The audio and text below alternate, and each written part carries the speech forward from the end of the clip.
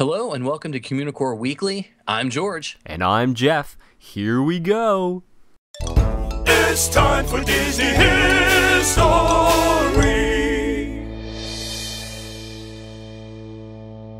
Horizons was a much beloved attraction at Epcot during the 1980s and 90s.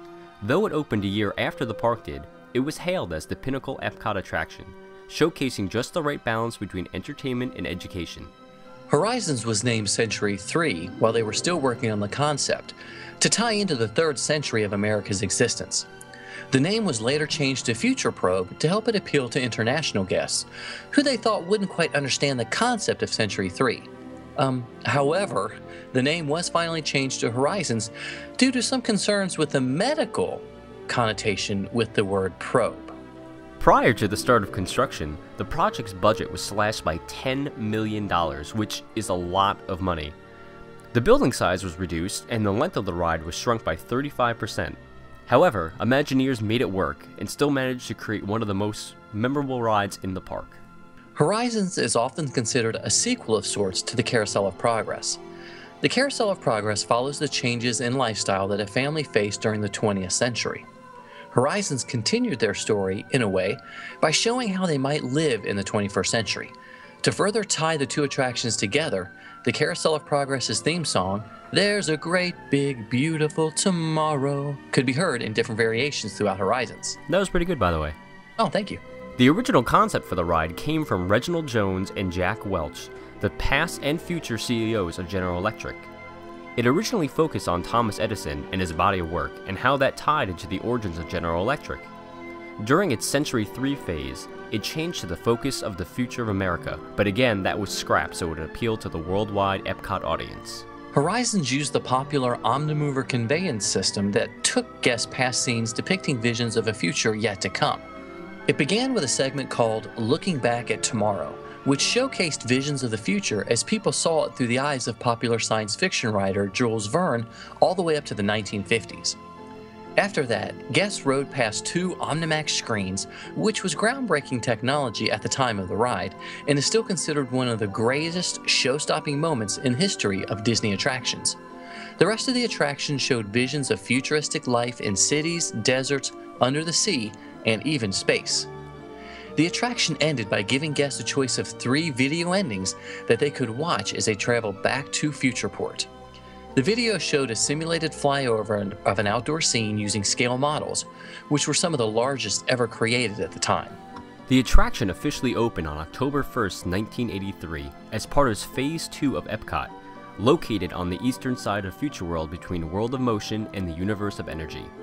It was the only attraction in Epcot to showcase all the themes being taught in Future World: communication, community interaction, energy, transportation, anatomy, physiology, and along with man's relationship to the sea, land, air, and space. The pavilion was loved by guests for years, up until GE dropped their sponsorship in 1994. And because corporate sponsorship played an important part of keeping attractions open and functioning, Horizons began to operate on a seasonal schedule.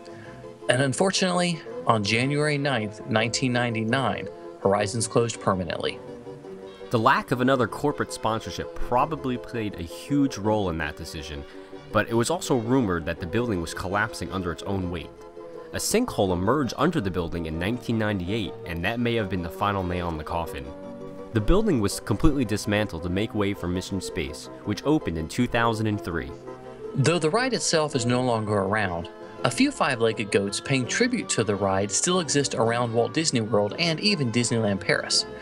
For example, a few of the props from the underwater city scene are displayed in one of the studio warehouses at Disney's Hollywood Studios, as well as some ships from the desert hanging from the ceiling of a restaurant there. The beautiful Robert McCall mural, the Prologue and the Promise, was removed prior to demolition and is on display in Disney offices, which are unfortunately inaccessible to the public. So I really loved that ride a lot, and I remember going on it a lot when I was a kid. And I was there, I think, December before it closed, actually. So I was one of the last people to go on that ride, and I thought it was still great even before it closed. Yeah, it was a fantastic ride that I wish my kids would have been able to enjoy, because I know they would have loved it tremendously, and it was such a great attraction that tied everything together. like you mentioned in the thing. But another tribute that we forgot is on the exit speed ramp from Space Mountain. They've got Nova City painted in one of that you can see through the window of the family room as well. That's right. I totally forgot about that. Hey, well, that's why I'm here. Thanks for that 5-legged goat, George. Yep, I'm never gonna let you down. He's a nerd, he's a geek, but we all like to hear him speak. So listen up to the words from his speech. It's George's Book of the Week. The 5th book in the Kingdom Keeper series, Shell Game by Ridley Pearson, takes a few new twists as the Keepers enter their mid-teen years. The book is somewhat darker as the Keepers face issues that regular teens do. Well, sort of. Of course, there are the first stirrings of teen love, but there are also some new experiences, including the debut of Disney Host Interactive 2.0, their new powers and abilities, and the first use of the DHI technology outside of Walt Disney World.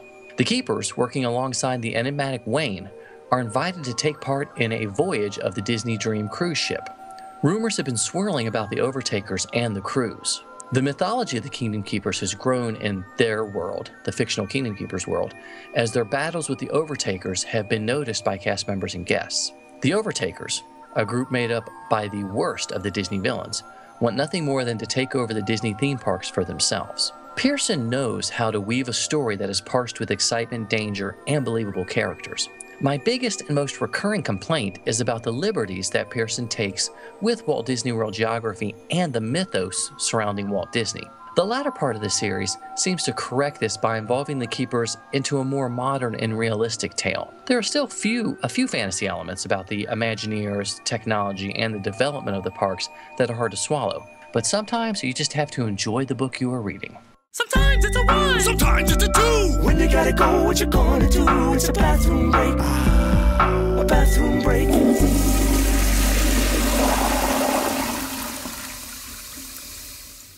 Our bathroom break is situated to the right of City Hall in the town square area of the Magic Kingdom. Now, this could be the first or last place you visit when you go to the Magic Kingdom. It is tucked away from the street, which makes it a great place to meet people or wait while they visit the bathroom. It does get crowded after the Main Street Electrical Parade, though, so you might want to be careful if you visit during the parade. Sometimes you might see it, sometimes you don't. Hey, look, what's that? It's a 5-legged goat. John Frost at the Disney blog posted a Fantasyland update and shared some new details of the Storybook Circus. When I was there in March, the luggage in the train station area had just a few stickers on it, and it looks like the Imagineers have come in and added some more details. The first piece of luggage says, "Big Bad Wolf Extraordinaire. He'll huff and he'll puff and create the animal of your choice." An obvious reference to the Three Little Pigs and a future career for the Big Bad Wolf. Property of Hyacinth Hippo, the most exquisite aerial sensation of the Big Top. Clearly a nod towards Fantasia and the famous dancing hippo. The final 5-legged goat is a tribute to a very early Pixar short. Red's amazing juggling unicycles, circus grade and performance ready, manufactured by Ebon Spikes. Thanks so much for watching. Be sure to leave us a comment. Email us at communicoreweekly@gmail.com. Like us on Facebook.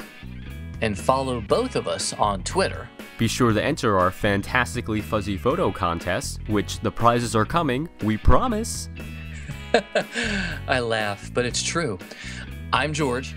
And I'm Jeff. And we're from MiceChat. Thanks so much for watching. We'll see you next week on Communicore Weekly.